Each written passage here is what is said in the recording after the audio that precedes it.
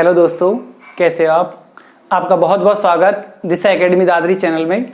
और आज जैसे रात के 8:30 बजे हुए हैं और विविध एक्सप्रेस की क्लास लेकर मैं आपके सामने डेली उपस्थित रहता हूं। और विविध एक्सप्रेस की जो क्लास हो रही है इसको आप लास्ट तक वॉच कीजिए। आप बहुत बच्चे क्या करते हैं, क्लास को देखते हैं, 10 मिनट 15 मिनट क्लास को वॉच करते हैं, उसके बाद वीडियो को वहां से यूट्यूब से हट जाते हैं। क्लियर? तो आपको वीडियो को लास्ट तक वॉच करना है और अगर आप वीडियो को लास्ट तक वॉच करोगे आपको बहुत सारे क्वेश्चन इसमें दिखाई देते हैं। क्लियर? तो आपसे रिक्वेस्ट है कि वीडियो को लास्ट तक वॉच करें। बहुत सारे क्वेश्चन आपको ऐसे दिखाई दे जो टॉपिक आपके पढ़े हुए नहीं है और पहली बार आपको टॉपिक दिखाई देते हैं। क्लियर? सभी स्टूडेंट विविध एक्सप्रेस की क्लास के साथ जुड़ जाइए और सब अपने सभी वर्क छोड़कर विविध एक्सप्रेस की क्लास के साथ आपको मेरे साथ बने रहना है। बहुत सारे क्वेश्चन आपके सामने आएंगे। आप किसी भी एग्जाम में बैठना, आप विविध एक्सप्रेस की क्लास को अगर आप डेली रेगुलर वॉच कर रहे हैं आप, तो आपका कोई भी क्वेश्चन एग्जाम में गलत नहीं होगा। बार बार मैं आपसे यही बात बोलता हूं, लेकिन आप फिर भी मानते नहीं हो आप। क्लियर? लेकिन ये आप में बहुत बड़ी कमी है, मानते नहीं है। कुछ बच्चे तो ऐसे भी हैं, हमारे इतने अच्छे स्टूडेंट हैं जो हर क्लास, इवनिंग में क्लास होती है, मॉर्निंग में क्लास होती है, तो वो बच्चे क्लास के साथ हमेशा जुटे रहते हैं, तो वो बड़े धन्यवाद के भी पात्र हैं और उनकी परीक्षाएं भी पास होती हैं। एक बात और मैं आपसे फिर आज बोलना चाहता हूं, बहुत बच्चे ऐसे होते हैं, बहुत ज्यादा आईक्यू तेज होता है, इंटेलिजेंट होते हैं, लेकिन वो पढ़ाई पर ध्यान कम देते हैं तो उनकी परीक्षाएं फेल हो जाती हैं। एक बच्चा पढ़ने में इतना कमजोर होता है, वो मेहनत करके, बार बार मेहनत करके वो पास हो जाता है और वो सरप्राइज देता है। जो बच्चा कमजोर होता है, बहुत ज्यादा मेहनत करता है, बार बार मेहनत करता है कि सर जी मेरा सिलेक्शन होना चाहिए, तो ऐसे बच्चे का सिलेक्शन 100% होता है। और जो एक बच्चा जो बहुत तेज है उसकी परीक्षाएं फेल हो जाती है। मैंने ऐसा एक्सपीरियंस मैं आपको बता रहा हूं। क्लियर? बहुत बच्चे ऐसे जो पढ़ने में बहुत तेज हैं बट वो पढ़ाई पर ध्यान कम देते हैं, थोड़े आलसी हो जाते हैं, क्लास में नहीं बैठ पाते हैं, तो उनकी परीक्षाएं फेल हो जाती हैं। और एक बच्चा जो कमजोर होता है, बहुत ज्यादा मेहनत करके बार बार घिस कर अपनी परीक्षा को पास कर जाता है और अपनी जॉब को ले जाता है। क्लियर? तो सभी स्टूडेंट विविध एक्सप्रेस की क्लास जुटिए। आप लिखिए, आप क्वेश्चन नंबर 1 निर्वाचन आयुक्त। विविध एक्सप्रेस में पहला क्वेश्चन आपके लिए मिला है। आपको आज पहला क्वेश्चन आपको दिया जा रहा है, निर्वाचन आयुक्त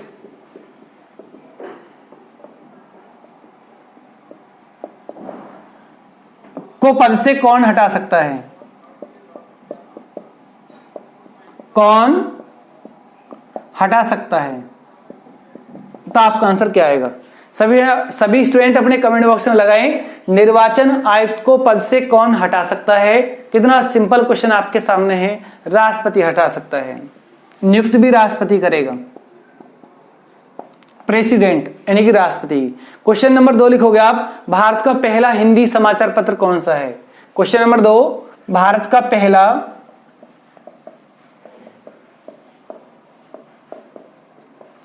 हिंदी समाचार पत्र कौन सा है? बहुत बच्चों को याद भी है, बट मेरा एक्सप्रेस की क्लास में सिर्फ एक ही मकसद है कि आपको जो क्वेश्चन याद है वो भी बार बार रिवाइज कराना, जिससे कि आपका मॉरल हाई रहे।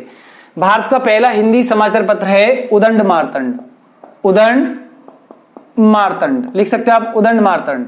और इसके राइटर कौन थे? जुगल किशोर। इसके राइटर थे जुगल किशोर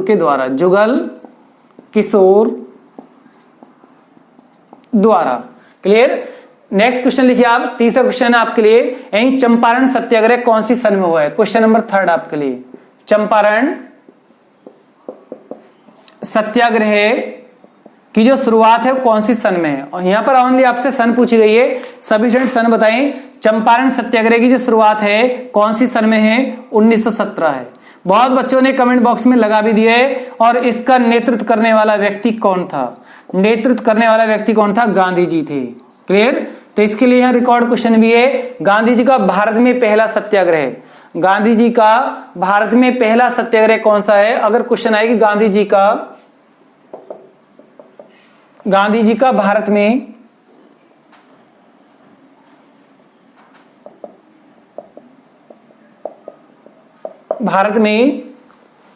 पहला सत्याग्रह कौन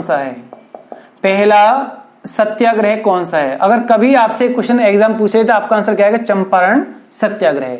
अगर यही क्वेश्चन एक और बन जाए आपके लिए कि गांधी जी का भारत में वास्तविक सत्याग्रह, चलिए क्वेश्चन लिखिए आप इसके बाद, गांधी जी का भारत में वास्तविक, अगर क्वेश्चन में वास्तविक वर्ड जुड़ा हुआ है और पहला कह के आपसे पूछा है वास्तविक, एक पहला सत्याग्रह कौन सा है? वास्तविक पहला सत्याग्रह है खेड़ा सत्याग्रह।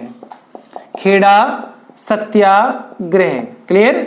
और अगर कभी एग्जाम में क्वेश्चन आ जाए कि गांधी जी ने सत्याग्रह की शुरुआत कहां से की है, गांधी जी ने सत्याग्रह की शुरुआत कहां से की है, तो बताइए स्टूडेंट, इसका आंसर क्या आएगा? दक्षिण अफ्रीका से की है, दक्षिण अफ्रीका। तीनों क्वेश्चन अपना महत्व रखते हैं। 3 क्वेश्चन इस तरह से हैं। अगर क्वेश्चन आए कि गांधी जी ने सत्याग्रह की शुरुआत कहां से की है, तो आंसर क्या आएगा? दक्षिण अफ्रीका। भारत में पहला सत्याग्रह कौन सा है? चंपारण सत्याग्रह। लेकिन वो वास्तविक नहीं है, क्योंकि ऑलरेडी वो पहले से चल रहा था। और चंपारण सत्याग्रह कहां पर चला? बिहार के अंदर। तो वहां पर गांधी जी को सिर्फ इन्वाइट किया गया था। गांधी जी द्वारा चलाया गया भारत में पहला सत्याग्रह था खेड़ा सत्याग्रह। खेड़ा पड़ता है गुजरात में। कहां पर? गुजरात। तो खेड़ा सत्याग्रह गांधी जी का भारत में वास्तविक सत्याग्रह है, और भारत में पहला सत्याग्रह इनका चंपारण है। और गांधी जी ने सत्याग्रह की शुरुआत कहां से की? दक्षिण अफ्रीका से की है। कहां से की? दक्षिण अफ्रीका। अब इसमें एक क्वेश्चन हो रहा है, चंपारण सत्याग्रह के सफल होने के बाद सभी स्टूडेंट अपने कमेंट बॉक्स में लिखें, ये अपनी कॉपी में नोट करें।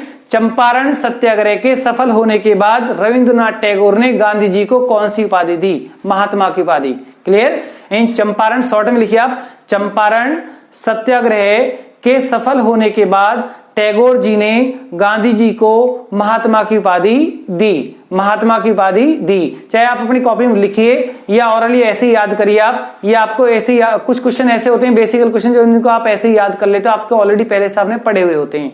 बट क्लास को लास्ट तक बहुत जरूर करें, ये आपसे मेरा बहुत ज्यादा अनुरोध है कि क्लास में एक दिन तो आप ज्यादा संख्या बढ़ जाती है, कभी कम हो जाती है। इसका मतलब आप इतने कहां बिजी हो कि जो आप अपनी विविध एक्सप्रेस की क्लास भी नहीं कर पा रहे हो। आप परीक्षाएं आपकी नवंबर में आ जाएंगी, तो परीक्षा को आप कैसे पास कर पाओगे आप? क्लियर। सभी स्टूडेंट आगे लिखिए अब नेक्स्ट को, दीवाने को ही।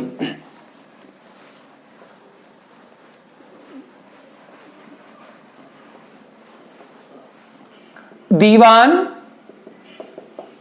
ए कोही ये एक डिपार्टमेंट है, तो अपने कमेंट बॉक्स में लगाइए दीवाने कोही जो डिपार्टमेंट है किस सुल्तान की देन है, किस सुल्तान ने इस डिपार्टमेंट को बनाया है। दीवाने कोही एक डिपार्टमेंट था, और दिल्ली सल्तनत के किस सुल्तान ने इस विभाग की स्थापना की है? उस सुल्तान का नाम था मोहम्मद बिन तुगलक। मोहम्मद बिन तुगलक के चर्चे तो आप सभी ने सुन रखे होंगे। जब मैंने आपको ऑफलाइन में इतिहास पढ़ाया था, तो मोहम्मद बिन तुगलक को मैंने आपको बहुत अच्छे तरीका से आपको बता रखा है। जिन बच्चों ने ऑफलाइन क्लास में इतिहास की क्लासेस कर रखी हैं, उन्हें मोहम्मद बिन तुगलक का अगर कोई भी फैक्ट, कोई भी क्वेश्चन आए, तो उनका एग्जाम में गलत नहीं होगा। ना आज होगा ना कल होगा। आज एग्जाम करा लो, उनका आज भी क्वेश्चन गलत नहीं होगा। मोहम्मद बिन तुगलक अरबी फारसी का महान विद्वान था, पागल सुल्तान था, जनता के खूनों का प्यासा था। जितनी भी योजनाएं इसने चलाई सारी सारी असफल हुई थी।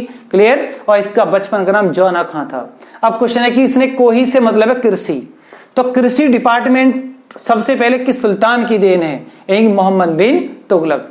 किस सुल्तान ने दीवाने कोही या कृषि डिपार्टमेंट बनाया? मोहम्मद बिन तुगलक। एग्जाम में बहुत ज्यादा बार पूछा गया है। आप सिविल का भी एग्जाम देते हो, वहां एक क्वेश्चन बहुत इंपॉर्टेंट है। और भी एग्जाम एसएससी या पुलिस का कोई एग्जाम देते हो, आप पटवारी का, लेखपाल का एग्जाम देते हो, वहां पर भी क्वेश्चन पूछे जाते हैं। क्लियर। सभी स्टूडेंट इसे नोट करें या इसका स्क्रीनशॉट करें। एक क्वेश्चन आगे देखिए आप, अनुच्छेद मैंने आपसे यहाँ 79 पूछ लिया है, बस मन करा था 79 पूछ लिया है, क्योंकि मैंने आपको ऑलरेडी संविधान की 13-14 वीडियो डाल रखी है। कोई बच्चा घबराए नहीं, संविधान की 13-14 जो मैंने आपको वीडियो गे रखी है, प्रत्येक टॉपिक की स्पेशल वीडियो बना रखी है, और बहुत अच्छे से वीडियो बना रखी है। अगर आपने उन वीडियो को अच्छे से वॉच कर लिया, तो आपका यूपी दरोगा हो या उत्तर प्रदेश पीसीएस की परीक्षा दे रहे हो आपका कोई क्वेश्चन गलत नहीं होगा। पुलिस का एग्जाम दो, टीचर का एग्जाम दो, कोई भी एग्जाम दो, मुझे उससे कोई मतलब नहीं है। आपका एक भी क्वेश्चन गलत नहीं होगा अगर आपने उस स्पेशल वीडियो को अच्छे से वॉच कर लिया है। क्लियर। आर्टिकल नंबर 79 बहुत प्यारे, बहुत बच्चों ने लगा भी दिया है कि 79 में क्या प्रावधान है।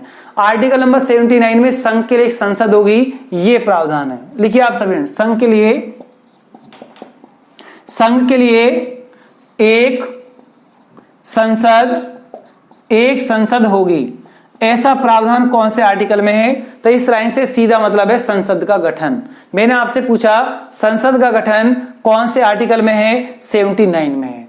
संसद का गठन कौन से आर्टिकल में है? 79 में है। एक आर्टिकल और यहां पर देखते हैं हम, आर्टिकल नंबर 85 बहुत सदाबार। मैं कितनी बार विविध एक्सप्रेस में बार बार लिख रहा हूं, और वीडियो, स्पेशल वीडियो जो आप पढ़ोगे, जो मेरी 13-14 वीडियो जो संविधान की स्पेशल बनी हुई हैं, इसलिए विविध एक्सप्रेस की क्लास में बार बार मैं आर्टिकल लेकर आ रहा हूं। आप उनको वॉच कर रहे होंगे या नहीं कर रहे तो अब आपको करनी पड़ेंगी तो वो आपके सिर में दर्द नहीं करेंगे। इसलिए मैं विविध एक्सप्रेस की क्लास में आर्टिकल के क्वेश्चन रख रहा हूं बार बार, क्योंकि ये क्वेश्चन ऐसे इंपॉर्टेंट क्वेश्चन है, इनकी इंपॉर्टेंट की पावर भी 10,000 से ज्यादा है और किसी भी एग्जाम में आपको सीधे डिक्टो रखे मिलेंगे और वहां पर आपका टाइम बिल्कुल ज्यादा नहीं लगना चाहिए। क्वेश्चन देखो, तुरंत आप आंसर लगाओगे और आगे बढ़ जाओगे आप। क्लियर। 85 में क्या है? लोकसभा को भंग। लोकसभा का विघटन है या भंग बोल सकते हैं। तो लोकसभा का विघटन कौन कर सकता है? राष्ट्रपति करेगा। इसका सीधा मतलब है लोकसभा को भंग करने की पावर राष्ट्रपति के पास है। तो लोकसभा को भंग करने की पावर राष्ट्रपति को भारतीय संविधान के कौन से आर्टिकल ने दे रखी है? तो सभी स्टूडेंट अपने कमेंट बॉक्स में लगाएं article number 85। Article number 85। Next question लिखिए आप सभी स्टूडेंट, इसको नोट करें या इसका स्क्रीनशॉट करें।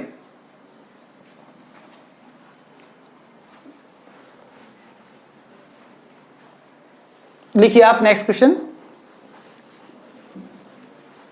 क्लास को लास्ट तक वॉच करते रहें। नेक्स्ट क्वेश्चन आपके लिए लिखिए आप, खजुराहो का विष्णु मंदिर का निर्माण किसने करवाया है? खजुराहो के विष्णु मंदिर का निर्माण।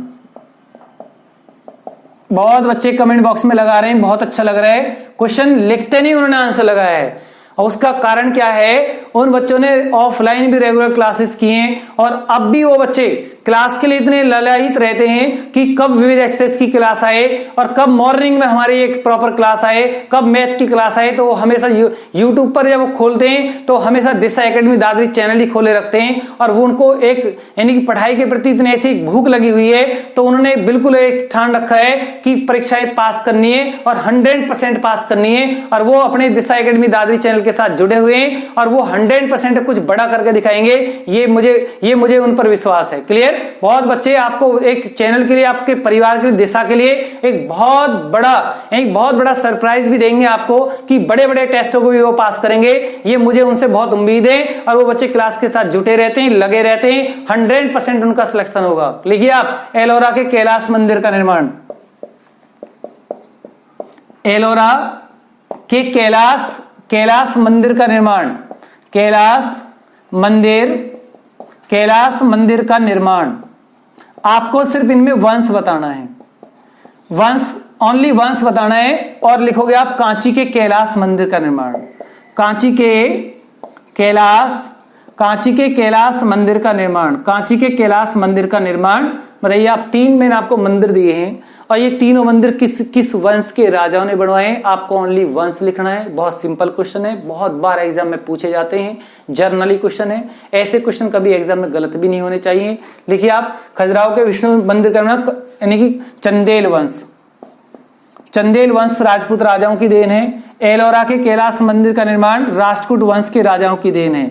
ये वो राष्ट्रकूट वंश के राजा हैं जो आपके कन्नौज के त्रिपक्षीय संघर्ष में भी शामिल थे। कन्नौज का जो त्रिपक्षीय संघर्ष हुआ उसमें गुर्जर प्रतिहार वंश, पाल वंश और राष्ट्रकूट वंश 3 वंशों में झगड़ा हुआ और कई सौ वर्षों तक झगड़ा चलता रहा। क्लियर। उत्तर भारत में कन्नौज की गद्दी को लेकर। क्लियर। कांची के कैलाश मंदिर का निर्माण किसने करवाया? पल्लव वंश के राजाओं ने। पल्लव वंश के राजाओं की देन है। क्लियर। सभी स्टूडेंट इसे नोट करें या इसका स्क्रीनशॉट करें। क्लियर। आगे लिखिए आप।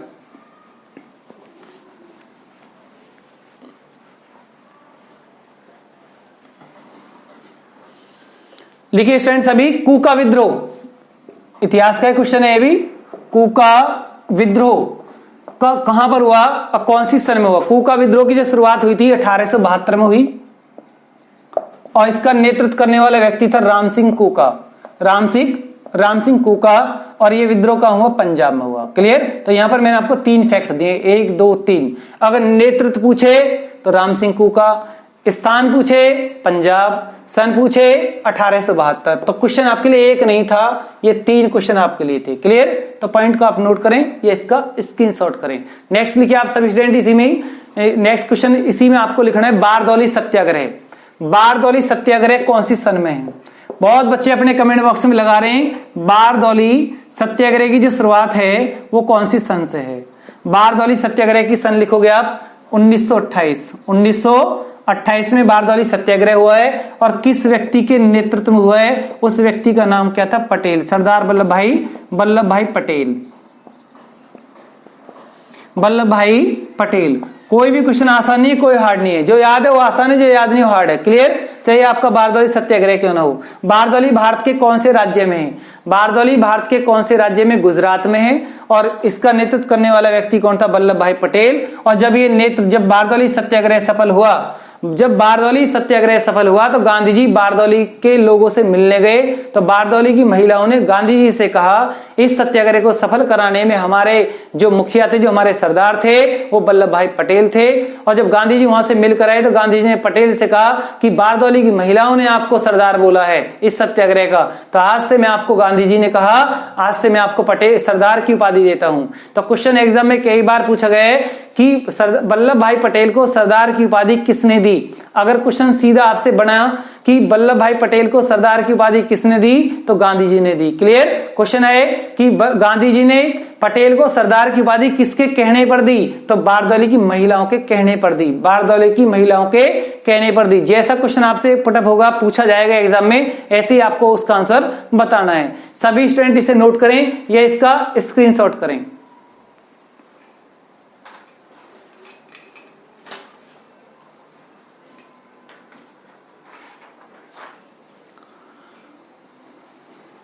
नेक्स्ट लिखिए आप सभी स्टूडेंट।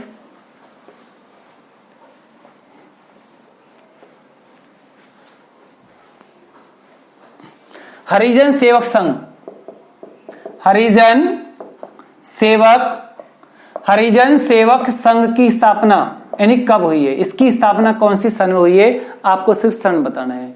हरिजन सेवक संघ कौन सी सन में बनाया गया? 1932 में, 1932 में बनाया गया। और हरिजन सेवक संघ किसने बनाया था? गांधी जी ने, गांधी जी द्वारा। लिखिए आप ये क्वेश्चन, आप सभी स्टूडेंट नोट करें या इसका स्क्रीनशॉट करें। अब नेक्स्ट क्वेश्चन आप लिखोगे, आप इसे नोट कीजिए।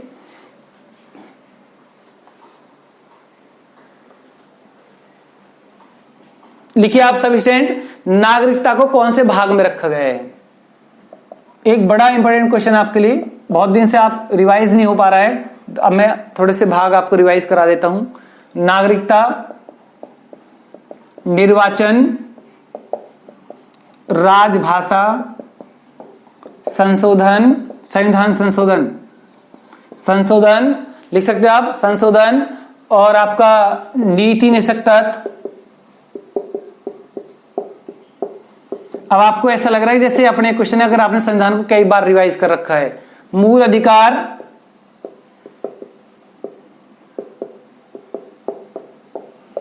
मूल कर्तव्य, राज्य संघ का प्रावधान,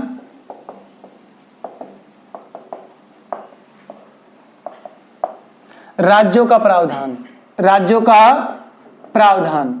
तो सभी स्टूडेंट अपने कमेंट बॉक्स में इनके भाग लिखिए। आपको थोड़ा टाइम मिलता है इसमें, अपने कमेंट बॉक्स में सभी स्टूडेंट इनके भाग लिखिए कि इनका वर्णन कौन कौन से भाग में आता है। एक भाग का क्वेश्चन एग्जाम में रखा मिलता है और ऐसा क्वेश्चन आपका गलत नहीं होना चाहिए। क्लियर? तो सभी स्टूडेंट अपने कमेंट बॉक्स में ये भाग बताइए कि इन विषयों को कौन कौन से पार्ट में रखा गया है, संविधान के कौन से भाग में रखा गया है। क्लियर? लिखिए आप सभी स्टूडेंट अपने कमेंट बॉक्स में। बहुत बच्चे कमेंट्स में बहुत स्पीड के साथ लगा भी रहे हैं और बिल्कुल सही लगा रहे हैं, क्योंकि उन्होंने बहुत बार संविधान को पढ़ लिया है, उनका कोई क्वेश्चन गलत नहीं होगा। नागरिकता को कौन से पार्ट में रखा गया है? देखिए आप सभी भाग 2 में रखा गया है, भाग 2 में रखा है। निर्वाचन कौन से भाग में आता है? यानी भाग 15 में आता है। राजभाषा भाग 17 में आती है, भाग 17। संशोधन भाग 20 में आता है। और नीति निषेध तत्व कौन से भाग में आते हैं? भाग 4 में आते हैं, भाग 4 में आते हैं। मूल अधिकार भाग 3 में आते हैं, भाग 3 में आते हैं। मूल कर्तव्य भाग 4 के क में आते हैं, भाग 4 के क में आते हैं। और संघ का प्रावधान भाग 5 में आता है। क्लियर? राज्यों का प्रावधान भाग 6 में आता है, भाग 6 के अंतर्गत राज्यों का प्रावधान आता है। सभी स्टूडेंट इसे नोट करें या इसका स्क्रीनशॉट करें।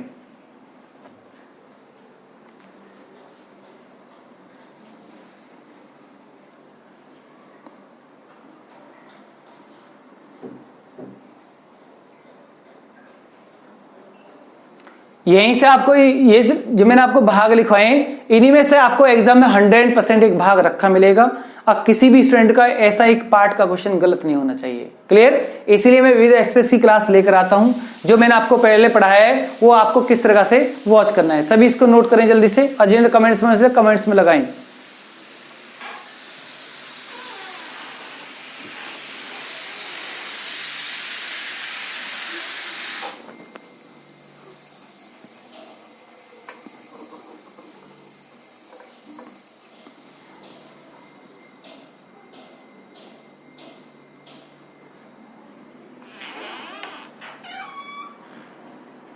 चलो ठीक है, आगे लिखिए आप। चलो नेक्स्ट क्वेश्चन, मूल अधिकार भाग 3।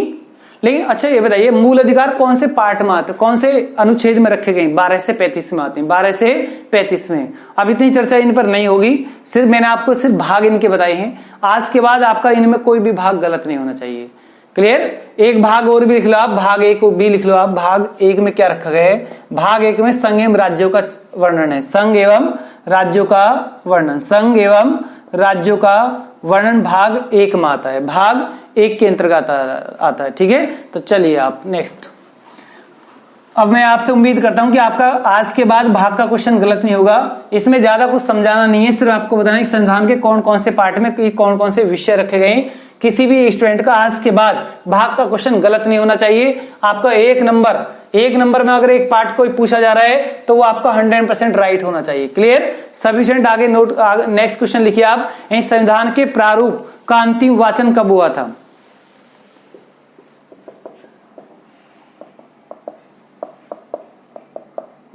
के प्रारूप का अंतिम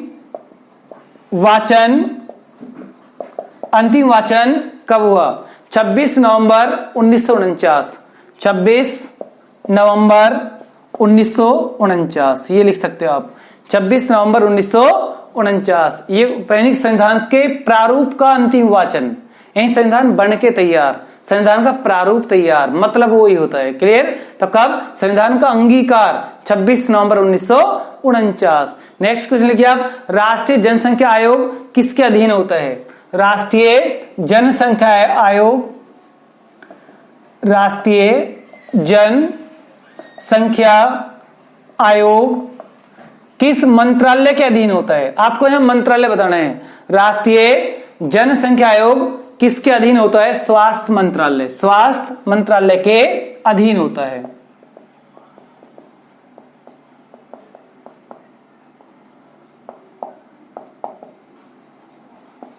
स्वास्थ्य मंत्रालय के अधीन होता है। क्लियर? सभी स्टूडेंट इसे नोट करें या इसका स्क्रीनशॉट करें। एक क्वेश्चन लिखा आप, मंत्रिमंडल की बैठक की अध्यक्षता कौन करता है? अपने कमेंट बॉक्स में आंसर लगाएं सभी स्टूडेंट। मंत्रिमंडल की बैठक की अध्यक्षता कौन करता है? अध्यक्षता कौन करता है? बहुत बच्चों ने अपने कमेंट बॉक्स में लगा भी दिए। मंत्रिमंडल की बैठक की अध्यक्षता कौन करता है? यानी कि प्रधानमंत्री करता है, पीएम करता है। मंत्रिमंडल की बैठक की अध्यक्षता कौन करता है? यानी प्रधानमंत्री करता है। क्लियर? भारत के प्रथम कार्यवाहक प्रधानमंत्री कौन रहे? चलो यहां पीएम का बात आ गया तो कार्यवाहक पीएम आपसे पहला पूछा जा रहा है। लिखिए आप, भारत के प्रथम, बहुत बच्चों ने कमेंट्स में लगा दिए, भारत के प्रथम कार्यवाहक प्रधानमंत्री किसको बनाया गया था? गुलजारी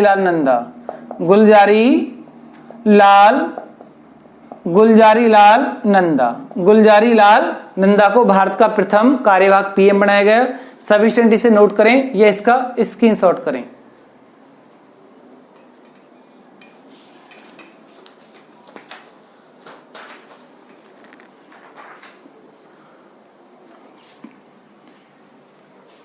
नेक्स्ट लिखिए आप सभी को। चलो एक क्वेश्चन और आपको मैंने यहां पर लिख दिया, पंचवर्षीय योजना। पंचवर्षीय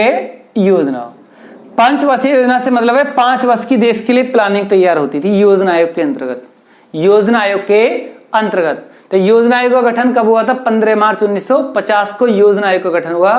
क्लियर, योजना आयोग का गठन। तो यहां पर क्वेश्चन सिर्फ ये बताएं कि प्रथम पंचवर्षीय योजना, फर्स्ट प्रथम पंचवर्षीय योजना, पहली पंचवर्षीय योजना और तीसरी पंचवर्षीय योजना, चौथी पंचवर्षीय योजना, पांचवी पंचवर्षीय योजना और छठी पंचवर्षीय योजना और 8वीं पंचवर्षीय योजना। आपको ओनली इन पंचवर्षीय योजना के समय लिखने, ये कब से कब तक रही हैं, अपने कमेंट बॉक्स में लगाएं। मैंने आपको जब इकोनॉमिक्स की क्लास पढ़ाई तो मैंने आपको कंप्लीट पंचवर्षीय योजना के जो टॉपिक है प्रॉपर तरीका से आपको करा रखे हैं। आपको सिर्फ इन पंचवर्षीय योजनाओं के समय लिखने हैं कि इनका समय कब से कब तक रहा है। और 2 क्वेश्चन और इसमें जोड़ता हूं मैं आपके लिए। एक अनुवर्त योजना का समय भी आपको बताना है, अनुवर्त योजना का समय कब से कब तक रहा है, और एक योजना आपके लिए अवकाश योजना का समय कब से कब तक रहा है। अवकाश योजना का जो समय है वो कब से कब तक रहा है। क्लियर, इन सभी क्वेश्चन का आंसर आप अपने कमेंट बॉक्स में लगाएं, वो सन बताएं कि कहां से कहां तक कौन सी पंचवर्षीय योजना रही है। सभी स्टूडेंट इसे नोट करें या इसका स्क्रीनशॉट करें। पहले इसका आंसर लगाएं सभी। चलिए बताइए आप, प्रथम पंचवर्षीय योजना का समय कब से कब तक रहा है? 1951 से लेकर 56। यानी कि एक पंचवर्षीय योजना कितने वर्ष के लिए बनती है? बताओ प्रिय सभी दोस्तों मेरे, सब एक पंचवर्षीय योजना कितने वर्ष के लिए बनती है? 5 वर्ष के लिए बनती है, 5 वर्ष के लिए। तो 51 और 5 56। तो तीसरी पंचवर्षीय योजना का समय कब से कब तक रहा है? बहुत बच्चों ने अपने कमेंट बॉक्स में लिख भी दिया है और गलत भी लिखा है। और गलत इसलिए लिखा है कि उनके पास ऑलरेडी पहले लिखा हुआ भी था, बट उन्होंने उनको वॉच नहीं किया है। मैंने कई बार आपसे बोल रखा है कि अगर आपने सारे टॉपिक पढ़ रखे हैं तो जो टॉपिक आपने आज पढ़ा है 2 दिन में 3 दिन में रिवाइज किया है, इस टॉपिक का नंबर अगले 20 दिन में 25 दिन में दोबारा से आपके पास आ जाना चाहिए। क्लियर, अगर टॉपिक पे नंबर ही 6 महीने बाद आ रहा है, उस सब्जेक्ट पर ही नंबर 6 महीने बाद आ रहा है या नहीं भी आ रहा है, तो उनके लिए बड़ी गंभीर समस्या है। चाहे वैकेंसी 1 लाख आ जाए 2 लाख आ जाए, उन पे कोई फर्क नहीं पड़ेगा। क्लियर, और जो बच्चा अपने टाइम के प्रति इतना पंक्चुअल है, तो जिससे ये लग रहा है कि इतिहास मैंने आज पढ़ा है, 1 हफ्ते में इतिहास रिवाइज किया है, तो इतिहास पे दोबारा नंबर मेरा 1 महीने के बाद वापस आना चाहिए, वो उसकी परीक्षाएं पास हो जाती हैं। अब जिसको लग रहा है कि नहीं, ज्योग्राफी कभी पहले पढ़ी तो पढ़ी, उसके बाद कभी रजिस्टर उठाकर भी नहीं देखा, तो वहां बड़ी गंभीर समस्या है। तो बहुत बच्चे तो ऐसे भी होते हैं जो नोटिफिकेशन पर ही नजर रखते हैं कि नोटिफिकेशन कब आए और कब में नोटिफिकेशन आए, मुझे कोई आसान तरीका से बता दे कि इतनी तो भर्ती है, इतनी वैकेंसी आ रही है और हमें इस तरीका से पास करनी है, इतने पद आपको मिल जाएंगे और ये भर्ती जब होगी, ये पेपर जब होगा। आप इन बातों में खुश रहते हो। आप सबसे बड़ी बात, आपको नोटिफिकेशन, इस सूचना के लिए, इंफॉर्मेशन के लिए आप बिल्कुल बोर्ड और आयोग बन जाते हो। आप देखो, जो बच्चा पढ़ने वाला होता है उसे किसी बोर्ड या आयोग या नोटिफिकेशन की जरूरत नहीं होती है। जब फॉर्म आता है तो पूरे महीने हल्ला बोला जाता है और फॉर्म भरे जाते हैं, परीक्षाएं पास हो जाती हैं। और जिन बच्चों की नजर ट्रेंड जो चल रहा है आजकल नोटिफिकेशन पे ही रहता है कि ये बताओ वो करो, कुछ भी नहीं है। क्लियर, जब पढ़ने पे ध्यान है नहीं, आयोग और बोर्ड की बात आप करते हैं। आयोग और बोर्ड की बात तो बाद में कर लेना, पहले अपनी बुकों से तो मतलब बुक में जो सिलेबस दे रखा है उसको कंट्रोल में कर लो, आप परीक्षाएं पास हो जाती हैं। आपने एक ऐसा ट्रेंड बना रखा है कि हमें तो सिर्फ सूचना चाहिए, सूचना चाहिए, सूचना ही चाहिए, पढ़ाई नहीं करनी है, स्टडी नहीं करनी है, स्टडी के लिए समाधि नहीं लगानी है। क्लियर, आपको सिर्फ इंफॉर्मेशन ही चाहिए। इंफॉर्मेशन कई साल, बहुत बच्चे इनका मैंने ऐसे देख कई साल से इंफॉर्मेशन, इतनी सारी इंफॉर्मेशन ले रखी है, आयोग और बोर्ड से भी ज्यादा जानते हैं, आयोग और बोर्ड से भी ज्यादा जानते हैं। एक बार एक बच्चे ने हेल्पलाइन में बात की आयोग बोर्ड से कि हमने सुना है कि ये भर्ती कैंसिल होगी, तो बोर्ड का क्लर्क बोला, बोर्ड के क्लर्क ने उससे कहा कि भाई हमें भी नहीं पता कि भर्ती कैंसिल होगी, तुझे कैसे पता चलेगा कि भर्ती कैंसिल हो गई? यानी कि बोर्ड में, यानी कि ये इतनी सीक्रेट बात, जो कोई भर्ती कैंसिल नहीं है, आपने अपने घर में ही बोर्ड बना लिया है, अपने घर में ही आयोग बना लिया है, तो ये क्या नहीं कि पढ़िए आप, आपका काम है पढ़ना। उस क्लर्क ने उस बच्चे से कहा कि आपका काम है पढ़ना, यानी कि ये नहीं कि आप बिल्कुल बराबर नोटिफिकेशन पर, बोर्ड पर, हेल्पलाइन पर आप बराबर बात कर रहे हो, आप ये काम नहीं है आपका। क्लियर, तो आपका काम है सिर्फ वर्क करना, स्टडी करना, मेहनत करना। जब परीक्षाएं आती हैं, फॉर्म आते हैं, तो पूरे महीने हल्ला बोला जाता है, सब कुछ पता होता है, फॉर्म भर दिए जाते हैं। क्लियर, छोटी मोटी बात होती है वो सब पता चल जाती है। तो ये मेरा सिर्फ आपसे अनुरोध यही है कि ज्यादा से ज्यादा मेहनत करें। क्लियर, जब भर्ती आएगी तो सबको पता चलेगा। क्लियर, अभी जैसे अभी नोटिफिकेशन आए हुए हैं भाई, 27 नवंबर दिल्ली पुलिस का पेपर है, एक क्राइटेरिया आपको मिल गया 27 नवंबर, और उसमें सिर्फ कंडीशन सिर्फ क्या है कि आपको मेल के लिए लाइसेंस चाहिए और फीमेल के लिए लाइसेंस की जरूरत नहीं है। मेल के लिए लाइसेंस है, फीमेल के लाइसेंस की जरूरत नहीं है। और मेल के लिए भी लाइसेंस कब तक चाहिए, जब का फिजिकल होगा, फिजिकल तक भी आप उसे लाइट लाइसेंस वो दिखा सकते हो आप। चाहे आपके पास बाइक का है या कार का है, दोनों ही वहां पर चल सकते हैं। क्लियर, दोनों ही वहां पर चल सकते हैं, कोई इतना बड़ा इशू नहीं है। पेपर आपका 100 क्वेश्चन उसमें आ रहे हैं, टाइम आपको 90 मिनट का जो मिल रहा है, बस ये आपको करना है। बाकी 4 बात है, 4 बात आप अपने नोटिफिकेशन में, सर का रिजल्ट सबके स्मार्टफोन में लगे हुए हैं, तुरंत देख लो आप क्या आ रहा है। क्लियर, देखिए आप, तीसरी पंचवर्षीय योजना, तीसरी पंचवर्षीय योजना का जो समय कब से कब तक रहा है, 1961 से लेकर 66 रहा है। 1961 से 66 रहा है। और चौथी पंचवर्षीय योजना का समय कब से कब तक रहा है, चौथी पंचवर्षीय का समय क्या है। लेकिन बहुत बच्चों ने कमेंट बॉक्स में लगा दिया है कि चौथी पंचवर्षीय योजना का समय क्या है। आप इसका 66 लगाया, इसके बाद ये कब से स्टार्ट होगी, 69 से स्टार्ट होगी, 74 तक चलेगी। अनवर्त योजना का समय 1978 से लेकर 80 के बीच में योजना 2 वर्ष चली थी। और अवकाश योजना 1966 से लेकर 69 के बीच 3 वर्ष के लिए देश में अकाल पड़ गया, कोई नई प्लानिंग तैयार नहीं हो पाई। 5 वर्ष की प्लानिंग देश तैयार नहीं कर पाया क्योंकि अकाल पड़ गया, युद्ध हो गया। क्लियर, अनवर्त अवकाश योजना पूछे तो ये, अनवर्त योजना पूछे तो ये आपको टाइम बताना है। और 5वीं पंचवर्षीय योजना यानी 1974 से लेकर आपका यही 79 होना था, बट 78 तक ही चली थी, 1 वर्ष पहले ही समाप्त हो गई। 78-79 तक चली थी, यही 79 चलनी चाहिए थी, 1 वर्ष पहले जनता पार्टी की सरकार आई तो योजना 1 वर्ष पहले ही समाप्त हो गई। क्लियर, तो 5वीं पंचवर्षीय योजना बहुत इंपॉर्टेंट है। गरीबी हटाओ का नारा, गरीबी हटाओ का नारा, गरीबी उन्मूलन का नारा कौन सी पंचवर्षीय योजना में दिया गया, 5वीं पंचवर्षीय योजना में दिया गया, 5वीं पंचवर्षीय योजना में दिया गया। 6ठी पंचवर्षीय योजना का समय कब से कब तक, 80 से 85, रेगुलर जो चली है 80 से 85 चली है 6ठी पंचवर्षीय योजना। 8वीं का समय 1992 से लेकर 1997, मानव संसाधन विकास का टारगेट, मानव संसाधन विकास का टारगेट कौन सी योजना में था, 8वीं में था। मानव संसाधन विकास का जो लक्ष्य रखा गया, मंत्रालय भी बनाया गया, तो कौन सी पंचवर्षीय योजना में, 8वीं पंचवर्षीय योजना के अंतर्गत। 6ठी में आपका नाबार्ड बैंक बना है, नाबार्ड बैंक। क्लियर, तो आप इसमें इतना ही लिखोगे, सफिशिएंट इसे नोट करें या इसका स्क्रीनशॉट करें। कुछ बातें मेरी आपको कड़वी लगती हैं, मैं जो है मैं बोल देता हूं, ऐसी कोई बातें, चाहे सोशल मीडिया है कुछ भी है। क्लियर, जो मैंने आपसे बोला है कि आप सिर्फ अपनी स्टडी कीजिए, ज्यादा मेहनत कीजिए। आपकी योग्यता को आप पास कर रहे हो, आप इन 10+2 आप पास हो, एज आपकी 18+ हो रही है।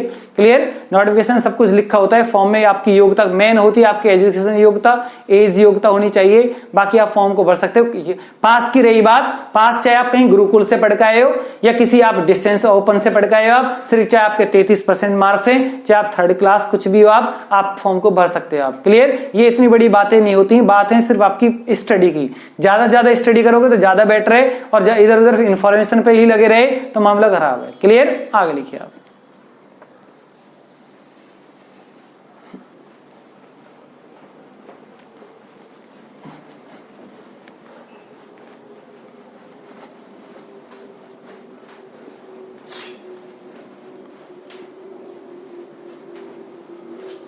सफिशिएंट लिखिए आप। फोटोग्राफी में कौन से एसिड का यूज होता है, क्वेश्चन आपके लिए साइंस का है।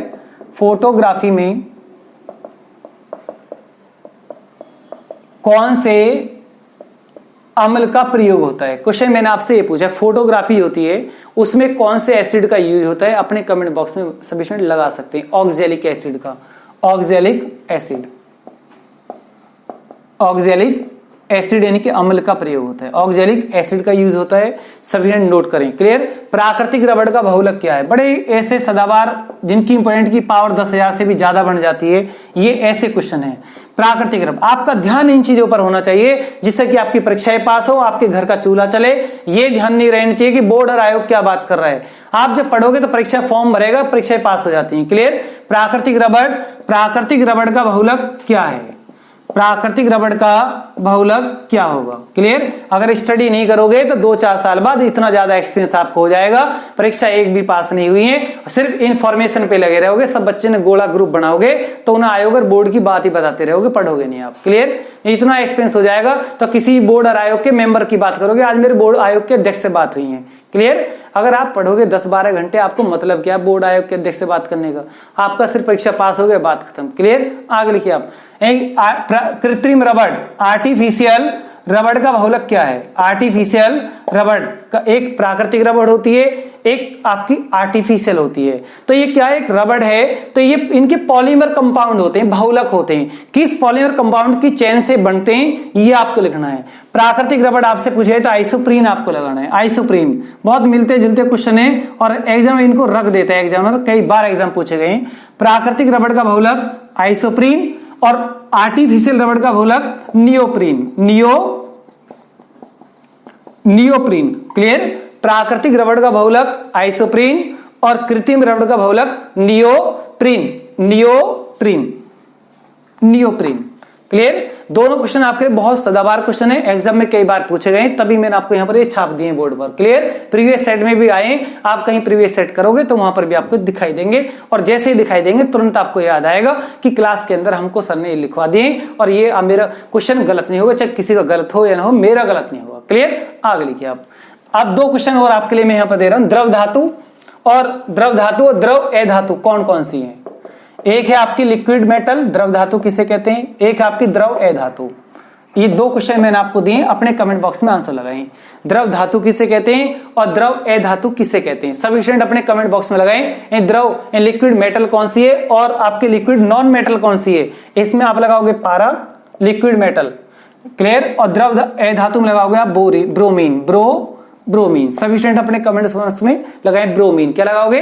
ब्रोमीन। अब क्वेश्चन है कि सूर्य में अधिकतम कौन सा एलिमेंट होता है?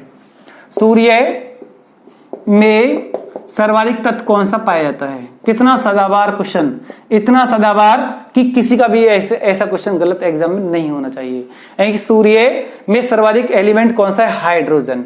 अब हाइड्रोजन में बहुत सारे क्वेश्चन बनते हैं, तो हाइड्रोजन के कोई भी क्वेश्चन आपके गलत नहीं होना चाहिए। केमिस्ट्री की क्लास चलेगी तो हाइड्रोजन के वहां पर भी बहुत सारे क्वेश्चन आपको दिखाई देंगे, और विविध एक्सप्रेस की क्लास में मैंने आपको लिखवा दें, जिससे कि आपके प्रॉपर क्लास में दर्द ना करे। क्लियर? तो सभी इसे नोट करें या इसका स्क्रीनशॉट करें। और नेक्स्ट क्वेश्चन लिखिए आप, टॉयलिन एंजाइम मंड को किस में तोड़ देता है?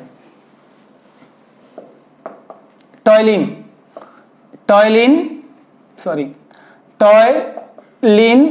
एंजाइम मंड को तोड़ता है। मैंने आपको सिंपल तरीका से लिख दिया है। एक टॉयलिन नाम का एंजाइम है जो हमारे मंड स्टार्च को किस में कन्वर्ट करता है? माल्टोज में कन्वर्ट करता है। किस में करता है? माल्टोज में कन्वर्ट करता है, माल्टोज में तोड़ता है। क्लियर? अब यहां पर जब टॉयलिन आपने लिख ही दिया है, तब मैंने आपको पाचन तंत्र, ह्यूमन डाइजेस्टिव सिस्टम मैंने आपको पढ़ाया था।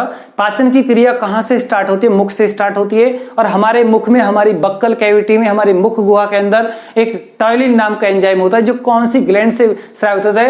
आपकी सैलाइवा ग्लैंड, लार ग्रंथि जो होती है हमारी, लार ग्रंथि के अंदर, लार ग्रंथि से कौन सा एंजाइम निकलता है? टॉयलिन नाम का एंजाइम निकलता है, जो हमारे स्टार्च मंड को किस में कन्वर्ट करता है? माल्टोज में कन्वर्ट करता है। तो अगर आपसे पूछे कि टॉयलिन एंजाइम का जो स्रावण है कहां से होता है? लार ग्रंथि से होता है। कहां से होता है? लार ग्रंथि से होता है। पैरोटिड लार ग्रंथि जो होती है आपकी, पैरोटिड लार ग्रंथि होती है, और लार ग्रंथि सैलाइवा ग्लैंड इन्हें बोलते हैं, यहां से इनका स्रावण होता है। क्लियर? हमारे लार में कौन सा एंजाइम होता है? लार भी कह के पूछ लेता है। हमारा जो सैलाइवा होता है, मुख के अंदर जो सैलाइवा होता है, जिसको हम लार कहते हैं, अगर किसी की समझ में सैलाइवा या लार नहीं आता है तो लार को उल्टा पढ़ लीजिए, आप समझ में आ जाएगा इसका मतलब क्या है। सुनील शेट्टी की फिल्म भी आपने देखी होगी, तो उसमें यानी कि उसको पूरी फिल्म के अंदर क्या निकलती रहती है? लार बोले तो उल्टा पढ़ोगे तो क्या? राल। क्लियर? यही सैलाइवा है और ग्लैंड्स के आंसर बनता है, और इसके अंदर कौन सा एंजाइम होता है? टॉयलिन। और इस टॉयलिन नाम के एंजाइम का फंक्शन है कि हमारा जो भोजन है, जिस भोजन को मुख में घोलते हैं, उसके मंड को, उसके स्टार्च को किस में कन्वर्ट कर देता है? माल्टोज में कन्वर्ट कर देता है। ये क्वेश्चन एग्जाम में कई बार आपसे पूछा गया है और अपेक्षा की गई है। प्रॉपर क्लास में मैंने आपको लिखवा दिया है, और विविध एक्सप्रेस क्लास में दोबारा से आप उसको रिमाइंड रखें, भूलें नहीं। इस वजह से दोबारा से भी पॉइंट आपके सामने आ गए हैं। इसी वजह से मैं आपसे कहता हूं कि आप विविध एक्सप्रेस की क्लास को बराबर वॉच कीजिए, और ज्यादा बेटर होगा। आपसे मैं बार बार रिक्वेस्ट करता हूं कि विविध एक्सप्रेस की जो क्लास आप बाद में वीडियो ना देखकर साथ के साथ ही आप देखिए, कि जो बाद में तो बहुत पेंडिंग हो जाता है और बहुत सारी वीडियो आते हैं, आपके घर में भी कोई समस्या हो सकती है और बहुत सारे वर्क आपके सामने आ जाते हैं। तो आप जो भी वर्क करना है टाइम से कीजिए। अगर वर्क को टाइम से कर रहे हो आप, तो आपको उसको बहुत बेनिफिट मिलेगा। क्लास को जितने बच्चे ज्यादा वॉच करते हैं, टाइम से वॉच करते हैं, उन्हें एग्जाम में 100% फायदा मिलेगा। ये 100% मैं आप दावे के साथ कहता हूं। वीडियो को लास्ट में वॉच ना कर अंदर टाइम कोशिश करें। एक कोई परेशानी है, कोई मजबूरी है, कभी कोई मजबूरी है तो अलग बात है, वरना वीडियो को अवॉइड ना करें। कोई सारे वर्क छोड़कर आप अपनी क्लास को ज्वाइन करें। परीक्षा पास करनी है तो उसके लिए आपको कुछ ना कुछ त्याग करना पड़ेगा। अगर त्याग की भावना नहीं है तो परीक्षाएं पास नहीं होती हैं। बिल्कुल आगे लिखिए आप, एक क्वेश्चन लिखिए आप, डायनामाइट। आपने नाम सुना होगा डायनामाइट। एक अपना में क्या है, आर्टिफिशियल विस्फोटक पदार्थ है डायनामाइट। डायनामाइट बनाने में किसका यूज करते हैं, बनाने में किसका उपयोग करते हैं? डायनामाइट बनाने में टीएनजी का उपयोग होता है। टीएनजी मतलब टीएनजी भी क्या है, ये नेचुरल है। ये टीएनजी भी विस्फोटक पदार्थ है, इसका नाम है ट्राइनाइट्रोग्लिसरीन। ट्राइनाइट्रोग्लिसरीन का उपयोग किस में होता है, यानी कि डायनामाइट बनाने में होता है। डायनामाइट भी अपना में क्या है, आर्टिफिशियल मानव निर्मित, यानी मानव निर्मित। कई बार एग्जाम पूछा गया कि कृत्रिम विस्फोटक पदार्थ कौन सा है, डायनामाइट है। और इसके आविष्कारक कौन है, अल्फ्रेड नोबेल। इसके जो आविष्कारक हैं, आविष्कारक कौन थे, अल्फ्रेड नोबेल। जब इन्होंने इस डायनामाइट जैसे विस्फोटक पदार्थ को बनाया तो बहुत ज्यादा हानि हुई, हजारों लोगों की इसमें मृत्यु भी हो गई थी। तो इसको बहुत किलर नाम, ऐसे कुछ इस साइंटिस्ट को किलर जैसे नाम भी दिए गए। तो इसको काफी पश्चाताप भी हुआ, हालांकि इसने इस विस्फोटक पदार्थ को बनाया है। बाद में इसने, इसका जो ट्रस्ट था, इसकी जो प्रॉपर्टी थी, इसकी प्रॉपर्टी, इसके ट्रस्ट से ही आपको नोबेल अवार्ड, आज की डेट में जो नोबेल अवार्ड मिलते हैं वो इसके नाम पर मिलते हैं, अल्फ्रेड नोबेल। और आज वर्तमान में नोबेल अवार्ड, क्वेश्चन घुमा दिया है मैंने, आज वर्तमान में नोबेल अवार्ड कितने क्षेत्रों में जारी होता है, अपने कमेंट बॉक्स में लगाएं। नोबेल अवार्ड कितने क्षेत्रों में जारी होता है, 6 क्षेत्रों में जारी होता है। और 6 विषय सब्जेक्ट अपने कमेंट बॉक्स में बच्चे लिखोगे आप, जिनके याद है कि कौन कौन से वो फील्ड हैं जिनमें नोबेल अवार्ड जारी होते हैं, वो आपको 6 फील्ड लिख लें। जिनमें एक नोबेल अवार्ड अलग से जारी होता है, 5 एक ही स्थान से जारी होते हैं, वो भी कमेंट बॉक्स में लिखें। अगर आपने मेरी क्लास को वॉच किया है, मेरे करंट अफेयर्स की क्लास को पढ़ रखा है, तो आपके ऐसे कोई भी क्वेश्चन एग्जाम में गलत नहीं होगा। क्लियर? आगे क्वेश्चन देखिए आप, नेक्स्ट क्वेश्चन आपके लिए, इसको नोट करें या इसका स्क्रीनशॉट करें। एक क्वेश्चन लिखा, फर्टिलिटी विटामिन किसे कहा जाता है? फर्टिलिटी विटामिन, कितना बढ़िया क्वेश्चन एग्जाम में आता है। फर्टिलिटी विटामिन किसे कहा जाता है? फर्टिलिटी विटामिन किसे कहा जाता है? विटामिन ई के लिए बोलते हैं, विटामिन ई। अब सभी स्टूडेंट आपके लिए क्वेश्चन है यहाँ पर, विटामिन ई का रासायनिक नाम क्या है, अपने कमेंट बॉक्स में लिखें।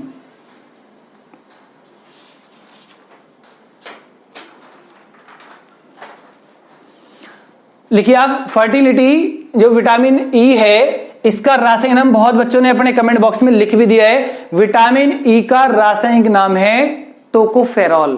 टोकोफेरॉल, इसका रासायनिक नाम है टोकोफेरॉल। अब वो बच्चे, यानी कि जिन बच्चों ने बायोलॉजी की विटामिन की क्लास को अच्छे से वॉच नहीं किया है, उन्हें थोड़ी सी यहाँ प्रॉब्लम आ रही होगी। मैंने वहां पर विटामिन पर बहुत अच्छे से स्पेशल वीडियो बना रखी है। अगर बायोलॉजी का कोई भी टॉपिक आपको कमजोर लगता है तो बायोलॉजी की जितनी भी वीडियो मैंने डाल रखी हैं, तो आपसे रिक्वेस्ट है कि आप उन वीडियो को अच्छे से वॉच करें, उनसे नोट्स बनाएं, अपने रजिस्टर को मेंटेन करके रखें। प्रीवियस सेट का कोई क्वेश्चन गलत नहीं होगा। अगर आपने बायोलॉजी की उन वीडियो को अच्छे से वॉच नहीं कर रखा है तो थोड़ी प्रॉब्लम आपको होगी। आप रट्टा लगाओगे, वहां पर रट्टा लगाने पर आप क्वेश्चन थोड़ा सा घूम जाएगा तो आपका क्वेश्चन गलत हो जाएगा। तो आपसे अभी बहुत टाइम है, कहीं भी आपको डरने की, पैनिक होने की बिल्कुल भी जरूरत नहीं है। वो हमने बिल्कुल अपना काम बिल्कुल ओके कर दिया है। बायोलॉजी की क्लासेस हमने डाल दी हैं आपके लिए, बायोलॉजी आपको इतने अच्छे से प्रॉपर करा दिया है। आपको कुछ भी नहीं करना है, बायोलॉजी की वीडियो को वॉच करना है, रजिस्टर अपना मेंटेन करना है, पिछला प्रीवियस सेट करना है। और प्रीवियस सेट आप ही नहीं करा रहे हो, आप एक और हिडन बात मैं आपको बात बता रहा हूँ। प्रीवियस सेट मैं भी आपको विद एक्सप्रेस में, पिछला प्रीवियस सेट भी, जो पिछले इंपॉर्टेंट क्वेश्चन हमेशा आते ही रहते हैं। ये विद एक्सप्रेस की क्लास इसलिए ज्वाइन की है कि हर बच्चे के पास प्रैक्टिस सेट भी नहीं होता है, प्रैक्टिस सेट करने का तरीका भी नहीं होता है। तो इसलिए हम आपके प्रैक्टिस सेट को भी आसान कर रहे हैं, यानी कि आप जब प्रैक्टिस सेट आपके हाथ में आएगा उससे पहले आपकी तैयारी बिल्कुल ओके हो जाएगी। आप जिस भी एग्जाम में बैठोगे वो परीक्षा आपकी पास हो जाएगी। डेली जीएस का आपका टेस्ट होता है, विद एक्सप्रेस की क्लास में डेली टेस्ट आपका होता है। आपका मॉरल हाई होता है। अब क्लास को लास्ट तक वॉच करें तो मॉरल हाई होता है। क्लास को 5 मिनट 10 मिनट वॉच कर रहे हो, वहां से भाग रहे हो आप, क्योंकि आपके पास टाइम नहीं, बहुत बिजी लाइफ है और बहुत सारे वर्क आपके पास है, डेटा आपको बचाना है, तैयारी नहीं करनी है, आपको बड़ा आदमी नहीं बनना है, ए ग्रेड बी ग्रेड का अफसर आपको नहीं बनना है। क्लियर। तो ये बिल्कुल सच बात है, अगर आप वीडियो को लास्ट तक वॉच कर रहे हो आपकी 100% परीक्षा पास होती है। अगर आप नहीं पढ़ रहे हो आप तो बहुत बड़ा मुश्किल होता है। क्लियर। तो आपको सिर्फ इतना सा भी वर्क नहीं कर सकते आप कि हम वीडियो को लास्ट तक देख लें, नोट्स बना लें, उनको याद कर लें। इतना टाइम तो अपने लिए निकाल सकते हो आप। जो आपकी उम्र है सिर्फ पढ़ने की उम्र है और किसी वर्क की उम्र नहीं है। क्लियर। ये भी ध्यान रखना, अगर आपकी जो एज चल रही है सिर्फ पढ़ने के लिए चल रही है और बाकी कोई एज नहीं चल रही है। क्लियर। आपका सिर्फ वर्क जो उद्देश्य है, जो घर के जो पेरेंट्स का जो मोटिवेट है अपने बच्चे के लिए, जो टारगेट है, सिर्फ उनको भी उम्मीद है कि मेरा बच्चा परीक्षा में पास होगा और हमें जो परेशानी है इसकी जॉब लग जाएगी तो कम से कम हमारे घर का जो सिस्टम है थोड़ा सुधर जाएगा। कम से कम ये तो नहीं किसी से कोई 2 पैसा लेने की जरूरत नहीं पड़ेगी। क्लियर। तो आप वीडियो को लास्ट तक वॉच करें, अपनी परीक्षाओं को पास करें और अपने टारगेट से बिल्कुल भटके ना, टारगेट पर बराबर चलते चलें। आपको कहीं भी किसी भी सब्जेक्ट में प्रॉब्लम आती है तो हम आपसे बार बार बोलते हैं किसी भी सब्जेक्ट जब पढ़ोगे तो प्रॉब्लम आएगी, जब आप पढ़ोगे नहीं तो प्रॉब्लम आएगी भी नहीं। क्लियर। आ रही है प्रॉब्लम तो कमेंट बॉक्स में लिखिए आप कि ये क्वेश्चन नहीं हुआ है, तो आगे की नेक्स्ट क्लास में हम आपको उसको करा देंगे। क्लियर। जब हम आपसे बार बार इतना बोलते हैं उसके बावजूद भी आप यानी कि एक स्पीड के साथ आते हो और स्पीड के साथ वहां से भागे चले जाते हो। ऐसा क्या कर रहे हो आप? भेड़ चाल चल रहे हो आप। 10 भागे उनके साथ आप भी निकल के चल दिए, मतलब 10 की जॉब ना लगी, आप घर आ गए तो आप घर बैठो, कितना दुख होगा। जो पढ़ रहे हैं उनकी परीक्षा पास होगी। आज उस दिन आपको पता चलेगा कि एक एक दिन की एक एक मिनट की कितनी वैल्यू होती है, एक एक क्लास की एक एक पॉइंट की कितनी वैल्यू होती है। जिस दिन परीक्षाएं फेल होती हैं आपकी 10 नंबर से वैल्यू तो इसलिए पता नहीं चलती कि 1 नंबर से तो फेल हो ही नहीं रहे, 20-50 नंबर से फेल होते, वैल्यू का पता नहीं चलता है कि पता है कि बस सभी फेल है। अच्छा तो मोहित भी फेल है, इधर वो भी फलाना भी फेल है, ये भी फेल है, ठीक है भैया तू भी मेरे बराबर में आके बैठ जाए, ये भी बैठ जाए, सब फेल हो गए, कोई बात ना, आगे तैयारी करेंगे।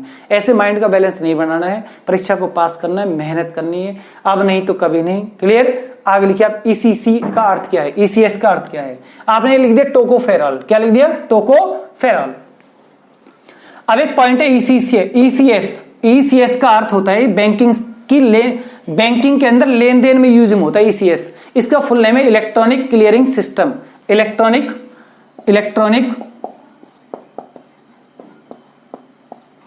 Clearing system.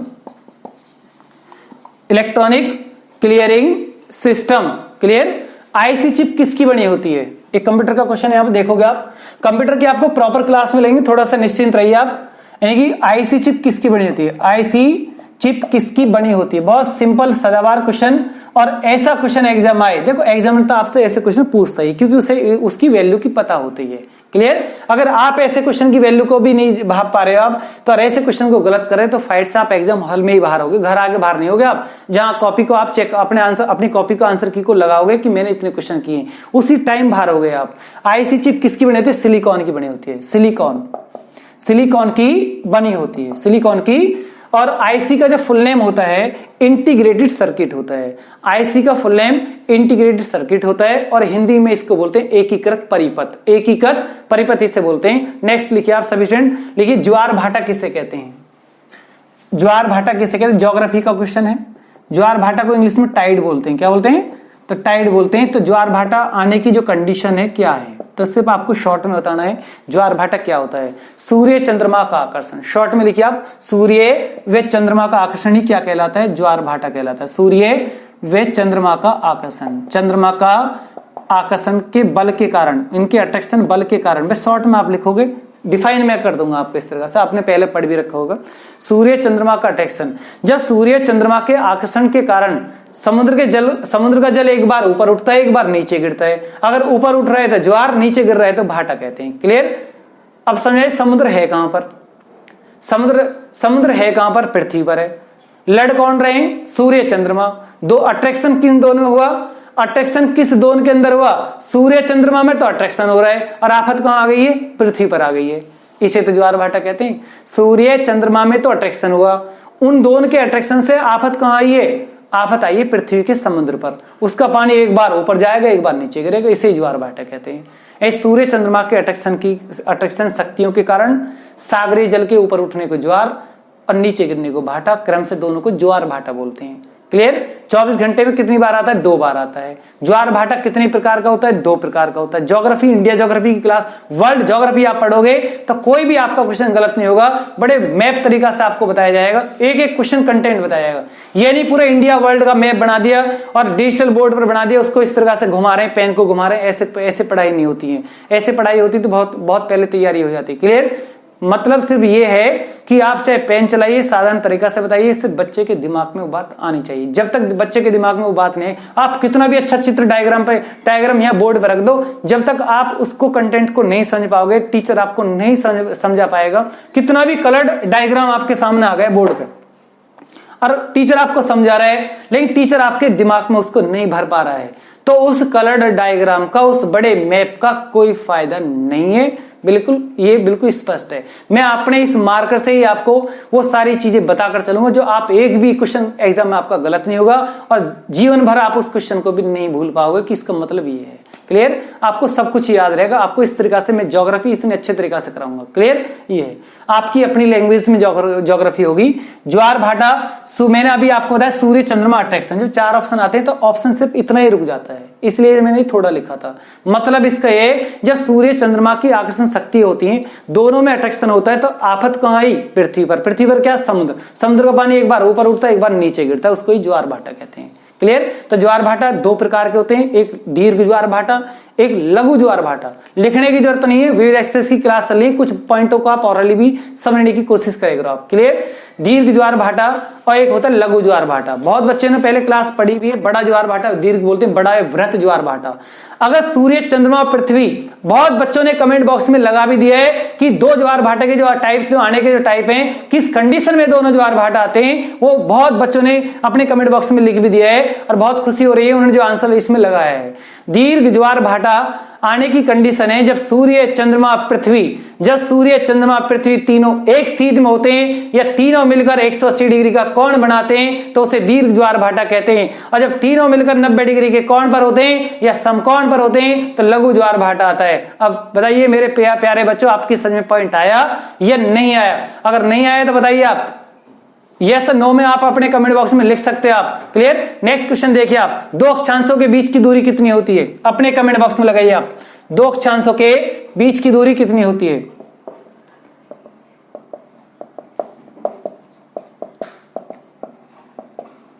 के बीच की दूरी कितनी होती है? 111.2 किलोमीटर होती है।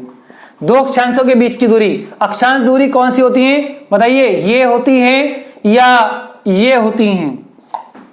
अगर किसी ने पहले मेरी ऑफलाइन में वर्ल्ड ज्योग्राफी पढ़ रखी है तो वो बच्चा कभी पूरे जीवन में वर्ल्ड ज्योग्राफी नहीं भूल पाएगा, चाहे उसने कहीं डिजिटल बोर्ड भी पढ़ रखा, कहीं मैप किसी को दिखा रखा है और मैप में दिखाकर आपको ऐसे पेन घुमाकर चलाया है तो वहां पर भी ऐसे समझ में नहीं आता। कितना भी कलर्ड चित्र आपके सामने लेकर आ जाओ, जब टीचर आपको आपके भेजे में, आपके माइंड में पॉइंट को नहीं भर पा रहा है तो कितना भी अच्छा डायग्राम वो आपके सामने रख दे, उसका कोई फायदा नहीं है। क्लियर? तो मेरा सिर्फ कहने का मतलब ये था कि कौन सी लाइन अक्षांश है। ये लाइन अक्षांश होती है, ये लाइन अक्षांश होती है, ये लाइन अक्षांश होती है। आने दो टॉपिक, आने दो India geography, world geography, India geography, देखते हैं कि किस में दम है, किसका क्वेश्चन गलत होता है, किस बच्चे की समझ में आता है, ये नहीं आता है। मैं दावा करता हूं अगर ज्योग्राफी आप पढ़ोगे तो आपके इतने अच्छे समझ में आएगी, जीवन में कोई क्वेश्चन गलत नहीं होगा। क्लियर? 2 अक्षांशों के बीच की दूरी कितनी? 111.2 किलोमीटर है। और यहां पर आपने एक क्वेश्चन और लिखोगे आप, एस्टेरॉइड्स क्या होते हैं? क्षुद्र ग्रह क्या होते हैं? क्षुद्र ग्रह क्या होते हैं? एस्टेरॉइड्स बोलते हैं, इंग्लिश में क्षुद्र ग्रह को एस्टेरॉइड्स कहते हैं। और इनकी ये कहां पाए जाते हैं? हमारे 2 ऐसे ग्रह हैं जिनके बीच में इनकी संख्या पाई जाती है।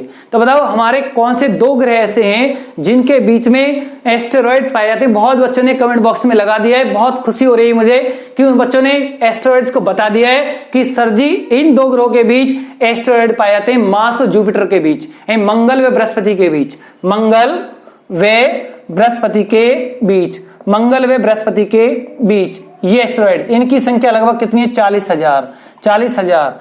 एस्टेरॉइड्स की संख्या कितनी है? लगभग 40,000। अब एक क्वेश्चन है, ऑस्ट्रेलिया में दिन बड़ा कौन सी डेट को होता है? बहुत ही बड़ा क्वेश्चन आपने बच्चों ने लगा दिया है कमेंट बॉक्स में, जैसे ही मैंने बोला ऑस्ट्रेलिया में दिन बड़ा, ऑस्ट्रेलिया में दिन बड़ा कौन सी डेट को होता है, तो आपका आंसर क्या आएगा, 22 दिसंबर को ऑस्ट्रेलिया में दिन बड़ा होता है। अब ये जो ऑस्ट्रेलिया है कौन से गोलार्ध में है, मैंने पूछ लिया कौन से गोलार्ध में इसकी पोजीशन है।